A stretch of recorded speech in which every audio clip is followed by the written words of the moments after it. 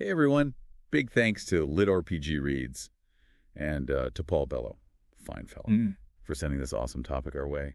Cleric healing builds in D&D, and let me tell you, this one hits close to home. Just last week, our party was in this real nail-biter, surrounded by these creepy ghouls. We were dropping like flies until our cleric stepped up and not just patching us up, but actually like bolstering our courage with each heal. It's amazing to see how the right kind of healing can totally shift the momentum of a battle. And it highlights something that's often overlooked, the psychology of healing. It's not just about restoring hit points. It's about how the style of healing affects your party's tactics and even their morale. Exactly. A well-timed heal can be like a shot of adrenaline, pushing everyone to fight harder. The article from LitRPG reads, Best Healing Builds for D&D Clerics, Keeping Your Party Alive. Dives deep into this. It's not just about picking the biggest heal spells, it's about understanding how different healing styles create different dynamics in your game, for example. Relying heavily on burst healing, those big dramatic saves, might actually encourage reckless behavior. That's because players feel almost invincible. When they know a massive heal is just a spell away, it could lead to a charge-in, guns-blazing mentality, which can be fun, but also risky. On the other hand, a more consistent, steady healing approach tends to promote cautious play. Think of it like a marathon versus a sprint. Okay, that makes total sense. And speaking of marathons, this brings us to another crucial point. The article emphasizes resource management. Just like a runner can't sprint the entire race, a cleric can't be throwing out max-level heals every round. It's about planning ahead, anticipating damage patterns, and making sure you don't run out of steam at a critical moment. Remember that. Damage versus healing matrix table. It really drove that point home. It did. That table was a stark reminder that even the most powerful cleric has limits. Effective healers need to understand the math of survival, knowing how much damage their party can realistically withstand, how much healing they can provide at various levels. Otherwise, you end up like that time I was DMing. And the party cleric drained all their spell slots, trying to keep a barbarian alive who just wouldn't stop charging into danger, needless to say. It didn't end well for either of them. Ouch, yeah, I've been there. The panic when you realize you're out of healing juice and your party is on the verge of a TPK. Not fun, but hey, it's all part of the learning process, right? This is why I find this whole discussion of preventative versus reactive healing so interesting. It's like two different schools of thought on how to best keep your party alive. Absolutely. The article does a great job of laying out those two approaches. Preventive healing is all about minimizing damage. Before it even happens, think buffs like Shield of Faith, strategic positioning, or even using terrain to your advantage. Oh yeah, I love that table. Of 60 preventive tactics. Some of those were super clever, like using Sanctuary to make a key ally practically untouchable, or that warding bond trick, where you can share damage with another party member. Perfect for keeping that squishy wizard safe. Exactly. But then there's the reactive approach, responding swiftly. When the inevitable damage does occur, Cure Wounds, Healing Word, Prayer of Healing. These are your bread and butter spells for getting allies back on their feet after taking a hit. So, which approach is better? Is it all about prevention? Or is a quick reaction the key? The article leans toward a hybrid approach, and I'd have to agree.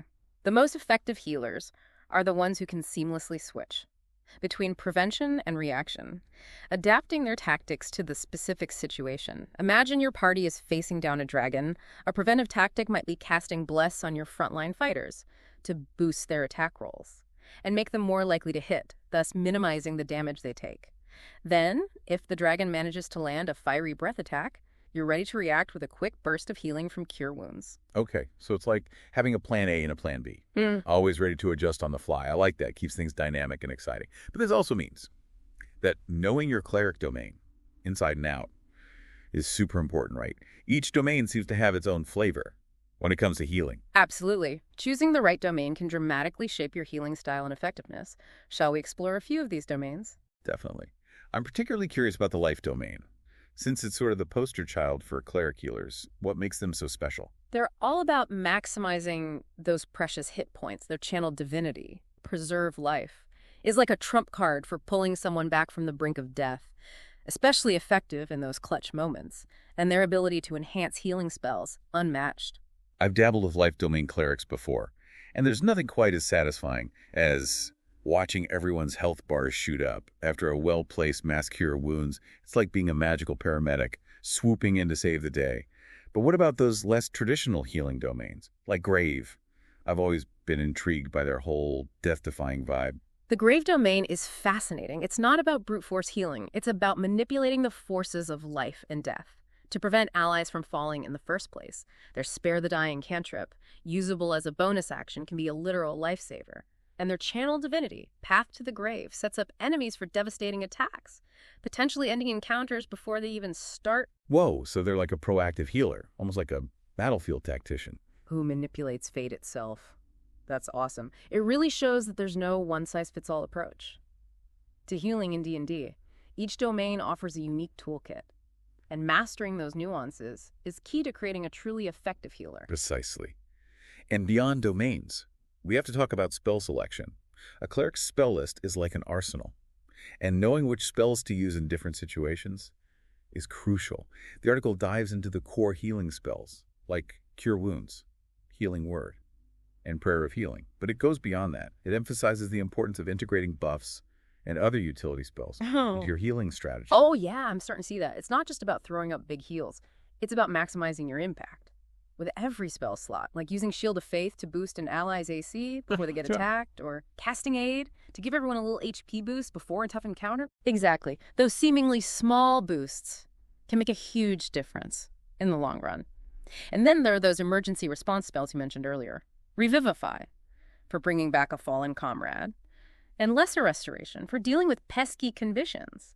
These aren't your everyday spells, but having them prepped for those high-stakes moments can be a game changer. It's like having a magical first aid kit with all the right tools for any situation. This is making me rethink my entire approach to cleric spellcasting. That's the spirit. But hold on to your holy symbol, because there's even more to unpack we haven't even touched on. Advanced combat tactics, multiclassing synergies, and optimizing your Leer for maximum healing power. Oh man, I can't wait to dive into those topics. This deep dive is turning out to be more epic than I imagined. Me too. We'll delve into those exciting areas in our next segment. Right, so we've talked about the philosophy of healing, managing those precious resources, and the unique strengths of different cleric domains. But now, I'm curious about those advanced combat tactics the article mentioned. What sets a truly skilled healer apart in the heat of battle? It's all about understanding the action economy and making every action count. It's like a complex dance, weaving together actions, bonus actions, and reactions to maximize your impact on the battlefield. Okay, I'm picturing some sort of divine healing combo move here. Can you give me a concrete example? Imagine this. Your party's paladin is facing down a fearsome ogre, taking some serious blows. You use your action to cast Cure Wounds, giving them a solid chunk of hit points back. But then, you notice your rogue is also hurting, having taken a nasty hit from a goblin archer. Instead of waiting for your next turn, you use your bonus action to cast a quick healing word, getting them back in the fight. So it's about thinking ahead and utilizing all the tools at your disposal, not just waiting for your turn to roll around again, kind of like a cleric juggling act, keeping everyone's health bars afloat. Exactly. And it goes beyond combining actions. It's about understanding when to use them. Sometimes holding your action and using your reaction can be more impactful than rushing in with a spell, for example. If you see your fighter about to take a massive hit, you might hold your action, wait for the attack to land, and then use your reaction to cast Shield of Faith, potentially mitigating a huge chunk of damage. Ooh, that's clever. Yeah. It's like a well-timed parry, Uh-huh. using your reaction to deflect a potentially fatal blow. Speaking of timing, the article also mentioned the importance of positioning. I know from experience that being in the wrong place at the wrong time can spell disaster for a healer. Absolutely. Battlefield awareness is crucial for a cleric. You need to be close enough to your allies to provide timely healing, but not so close that you become an easy target yourself. It's a constant dance of positioning, anticipating threats, and reacting to the ever-changing flow of combat. It's like a game of 3D chess, constantly reevaluating your position and planning your next move. And to make things even more challenging, you have to factor in concentration. So many of those powerful cleric spells require concentration, which can be hard to maintain when you're dodging fireballs and getting swarmed by goblins. That's a crucial point. Concentration management is a delicate balancing act. You want to keep those vital buffs and healing spells active, but you also need to be flexible and ready to break concentration if a sudden threat emerges. Okay, so let's say you've got Bless active on your party, giving them much-needed boost to their attack rolls. But then, your wizard gets caught in a nasty trap and is about to go down. Do you risk breaking concentration to cast a quick Cure Wounds? That's the dilemma, isn't it? It's a judgment call based on the specific situation. Sometimes it's worth risking a concentration check to maintain a powerful buff. Other times, a quick reaction with a single target heal is more crucial. Experience plays a big role here. The more you play, the better you'll become at reading the battlefield, anticipating threats, and making those split-second decisions. It's like being a battlefield conductor, orchestrating your spells and actions to create a symphony of healing and support. This is making me realize there's so much more to Cleric gameplay than I initially thought. It's not just about standing back and casting Cure Wounds. It's about being an active participant in the fight, making tactical decisions, and adapting to the ever-changing chaos of combat. Exactly. And that's what makes playing a cleric so rewarding. You're not just a healing bot, you're a strategist, a leader, and a vital part of the team's success. Speaking of expanding your options and strategies, the article dove into a topic that always gets me excited: multiclassing. It's like taking your cleric to the next level, adding new abilities, and creating unique combinations that can really boost your healing power. Multiclassing opens up a whole new world of possibilities for clerics. The article highlights a few particularly potent combinations, and one that caught my eye was the Divine Soul Sorcerer. Imagine blending the flexibility of spontaneous spellcasting with the raw power of divine magic. It's like having the best of both worlds. Ooh, that sounds amazing. It's like a cleric who can adapt to any situation, pulling out the perfect spell for the moment. What kind of synergies can we expect from this multi-class? Well, imagine casting a twin spell healing word, effectively healing 2 allies simultaneously. Or how about using Quicken Spell to cast Cure Wounds as a bonus action, freeing up your main action for something else? Wow, that's some next-level healing. It's like turning your cleric into a magical multitasker, keeping everyone topped off, while still contributing to the fight in other ways. Exactly. But that's just one example. Another compelling option is combining the might of a paladin with the divine healing of a cleric. Ooh, a holy warrior healer hybrid. I love the idea of a cleric who can wade into battle, smiting foes with righteous fury while simultaneously patching up their allies. What kind of benefits can we expect from this multi-class? Think about the paladin's aura of protection, granting a bonus to saving throws for all nearby allies. Combine that with the cleric's aid spell, boosting everyone's max HP, and you've got a recipe for a seriously resilient party. Plus, the paladin can use lay on hands to revive fallen comrades, giving the cleric more breathing room to focus on other healing tasks. It's like having a dedicated frontline medic, keeping everyone in the fight. Precisely. And let's not forget about the druid, a class that embodies the restorative powers of nature. Multiclassing into druid gives you access to a whole new arsenal of healing spells, many of which have unique properties that can be incredibly useful in certain situations. Oh yeah, I love the idea of a nature-themed healer. Imagine using Goodberry to create a handful of healing berries that your party can munch on as a bonus action for a quick HP boost. It's like having a magical snack bar in the middle of combat. Exactly. And beyond those specific spells, the druid's connection to nature opens up all sorts of thematic possibilities. Imagine a cleric who channels the power of ancient trees to mend wounds, or calls upon the spirits of the forest to restore vitality. This is making me realize that multiclassing is more than just a mechanical choice. It's about crafting a unique character concept and weaving together different class features to create a truly distinctive healing style. It's like adding new colors to your palette, expanding your options and giving you more tools to work with. Well said. But before you rush off to multiclass your cleric into a healing powerhouse, we need to talk about the often overlooked aspect of equipment optimization. Even the most skilled healer can benefit from a few well-chosen magical items. Oh yeah, you can't forget about the gear. A well-equipped cleric is a happy cleric. What are some must-have items for healers to keep an eye out for? Well, the classic Staff of Healing is always a solid choice. It grants a significant bonus to your healing spells, making those already potent spells even more effective. And the Amulet of Health can be a lifesaver, literally boosting your Constitution score, which directly affects your hit points. I've always been partial to the Pearl of Power. Extra spell slots are like gold for a cleric, especially when you're in the thick of a dungeon crawl, and resources are scarce. Speaking of resources, what about those situations where you're facing a particularly challenging encounter, and even your best gear and spells aren't quite enough? In those situations, it's time to think outside the box and get creative. Work with your DM to craft custom magic items tailored to your specific healing style. Imagine a ring that amplifies your healing touch, allowing you to transfer a portion of your own life force to an ally in dire need. Wow, That's incredible. It's like taking your healing to a whole new level, pushing the boundaries of what's possible. Exactly. Or picture a cloak woven from moonbeams. That grants temporary hit points to nearby allies, providing a buffer against incoming damage. Okay, now we're talking. Custom magic items are like the ultimate expression of your cleric's personality and healing style. It's about working with your DM to create something truly unique and powerful, pushing the boundaries of what's possible in your D&D world. Precisely. But remember, even with the most powerful gear, a truly effective cleric needs more than just raw healing power. It's about mastering the art of situational awareness, adapting your strategies to the specific challenges you face in each encounter and campaign setting. Okay, I'm intrigued.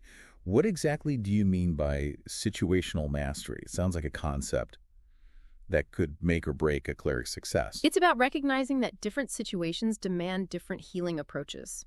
A strategy that works perfectly in a dungeon crawl might not be as effective in a mass combat scenario or a social encounter. Ah, so it's like being a healing chameleon, adapting your style to blend in with the environment and overcome any challenge that comes your way. Exactly. For instance, in a dungeon crawl, where resources are scarce, you might prioritize spells that conserve spell slots, like Healing Word and Prayer of Healing. You wouldn't want to waste a high-level Cure Wounds on a minor encounter, and then be caught short when you face the big bad boss. That makes perfect sense. It's about being strategic and knowing when to hold back and when to go all out with your healing. Boy, what about those wide-open battlefield scenarios where your party is facing off against a horde of enemies? It seems like a completely different approach would be needed there. Absolutely. In a mass combat situation, area of effect healing spells like Prayer of Healing and Math Healing Word become your best friends. They allow you to blanket the battlefield with healing energy, keeping multiple allies alive and kicking. It's like shifting from a single target laser to a healing shotgun, covering a wider area and affecting multiple targets simultaneously. But what about those situations where combat isn't the primary focus, like those political intrigue campaigns, where social interactions and negotiations are just as important as swinging swords and casting spells? That's where things get really interesting. In a political intrigue campaign, a cleric's healing magic can be used to influence opinions, build alliances, and even subtly undermine opponents. It's about using your powers in a more nuanced and strategic way. Ooh, this sounds intriguing. Could you give us some specific examples of how this might play out in a social encounter? Imagine you're attending a high-stakes meeting with a rival faction. You could subtly cast Zone of Truth on one of their representatives, forcing them to speak truthfully and potentially exposing their deceitful intentions. That's brilliant. It's like using magic as a truth serum, cutting through the lies and getting to the heart of the matter. Exactly. Or imagine a tense standoff between two factions. On the verge of violence, you could cast calm emotions on the crowd, easing tensions, preventing bloodshed, and potentially swaying opinions in your favor. Yeah, it's like using your healing magic to heal the wounds of conflict, fostering peace and understanding, even in the most heated of situations. Precisely. And remember, in a political intrigue campaign, discretion is key. You don't want to be too overt with your magic or risk alienating potential allies. It's about using your power subtly and strategically, influencing events from the shadows. This whole concept of situational mastery is really opening my eyes to the versatility of the cleric class. It's not just about healing wounds, it's about being a problem solver, a diplomat, and a force for good in all sorts of situations. Well said. It's about embracing the multifaceted nature of the cleric and adapting your strategies to the ever-changing demands of your adventures. This deep dive is turning out to be more epic than I ever imagined. We've covered so much ground already. Spell selection, action economy, concentration management, multiclassing, equipment optimization, and now situational mastery. It's like a crash course in Cleric 101. But I'm curious, is there anything else we need to consider when crafting the ultimate healing machine? Absolutely. One crucial aspect we haven't discussed yet is the importance of tailoring your healing style to your party's composition. Different groups have different needs and vulnerabilities, and a savvy cleric needs to adapt accordingly. Party composition. Okay, now I'm really intrigued. How does that factor into the equation? Well, think about it. A party that's heavy on melee fighters will have different healing needs than a party filled with squishy spellcasters. The article dives into this concept of party synergy and how a cleric can tailor their healing approach to maximize their effectiveness based on the specific makeup of their group. So it's like being a custom tailor. Yeah. crafting the perfect healing outfit for each party member. Exactly. Let's start by considering a classic tank-heavy party. Those groups with multiple fighters, paladins, and barbarians, all eager to charge into the fray and soak up damage. What kind of healing strategies work best in that scenario? Well, I imagine those tanks are going to be taking a lot of hits, so keeping them alive and in the fight Okay. would be priority number one. But is it just about spamming cure wounds every time they take a hit? Not necessarily. While healing their wounds is important, it's also crucial to bolster their defenses and prevent them from taking too much damage in the first place. Think spells like Shield of Faith, which boosts their armor class, or Warding Bond, which allows you to share the damage they take. So it's about giving those tanks extra layers of protection, making them even more resilient and able to withstand the enemy onslaught. It's like turning them into walking fortresses, capable of holding the line while the rest of the party does their thing. Precisely. And remember, tanks often have a lot of hit points, so you don't necessarily need to top them off after every little scratch. You can focus on maintaining their defenses and providing bursts of healing when they take a particularly heavy hit. Okay, that makes sense. It's about being strategic with your healing, prioritizing the needs of your tanks, and making sure they stay in the fight. But what about those parties that are more reliant on ranged damage dealers? The rogues, rangers, and wizards, who prefer to stay at a distance and pepper the enemy with arrows and spells. They tend to be a bit more fragile, right? They do. These glass cannons, as they're sometimes called, can dish out incredible damage, but they're also more susceptible to enemy attacks. In this scenario, the cleric's role shifts to one of protection and quick reaction. So, it's more about being a reactive healer, ready to swoop in with a quick cure wounds or healing word to get those squishy damage dealers back on their feet. Exactly. Spells like Healing Word and Cure Wounds become your go-to options, as they allow you to heal allies from a distance without putting yourself in harm's way. You might also want to consider spells that provide temporary hit points, like Aid and False Life, to give those fragile damage dealers a bit of extra survivability. Plus, positioning becomes even more crucial in this scenario, right? Right. You need to be close enough to your ranged allies to provide timely healing, but not so close that you become a target for enemy attacks. Absolutely. Battlefield awareness is key, especially when you're dealing with a party that relies on ranged combat. You need to be constantly evaluating the situation, anticipating threats, and adjusting your position accordingly. This is starting to feel like a real strategic challenge, where you have to balance the needs of your party with your own safety and resource management. It's like a game within a game, where your decisions as a healer can have a huge impact on the outcome of the battle. Well said. And of course, there are party compositions that fall somewhere in between these two extremes. A balanced party, with a mix of melee fighters, ranged damage dealers, and support characters, might require a more versatile healing approach, able to adapt to a variety of situations. It's like being a healing multi-tool, ready to switch between different modes, depending on the specific needs of your party. Precisely. The key is to communicate with your party members, understand their roles and playstyles, and tailor your healing accordingly. This whole concept of party synergy is really fascinating. It's making me realize that being a cleric healer is about so much more than just casting spells. It's about being a team player, a strategist, and a guardian angel, all rolled into one. Wow. We've covered so much ground in this deep dive, from understanding the psychology of healing to mastering advanced combat tactics, multiclassing synergies, and even tailoring your approach to different party compositions. It's like a whole new world of possibilities has opened up for cleric healers. It's been quite a journey. But there's one final layer we need to explore: how to integrate your healing strategies into different campaign settings and scenarios.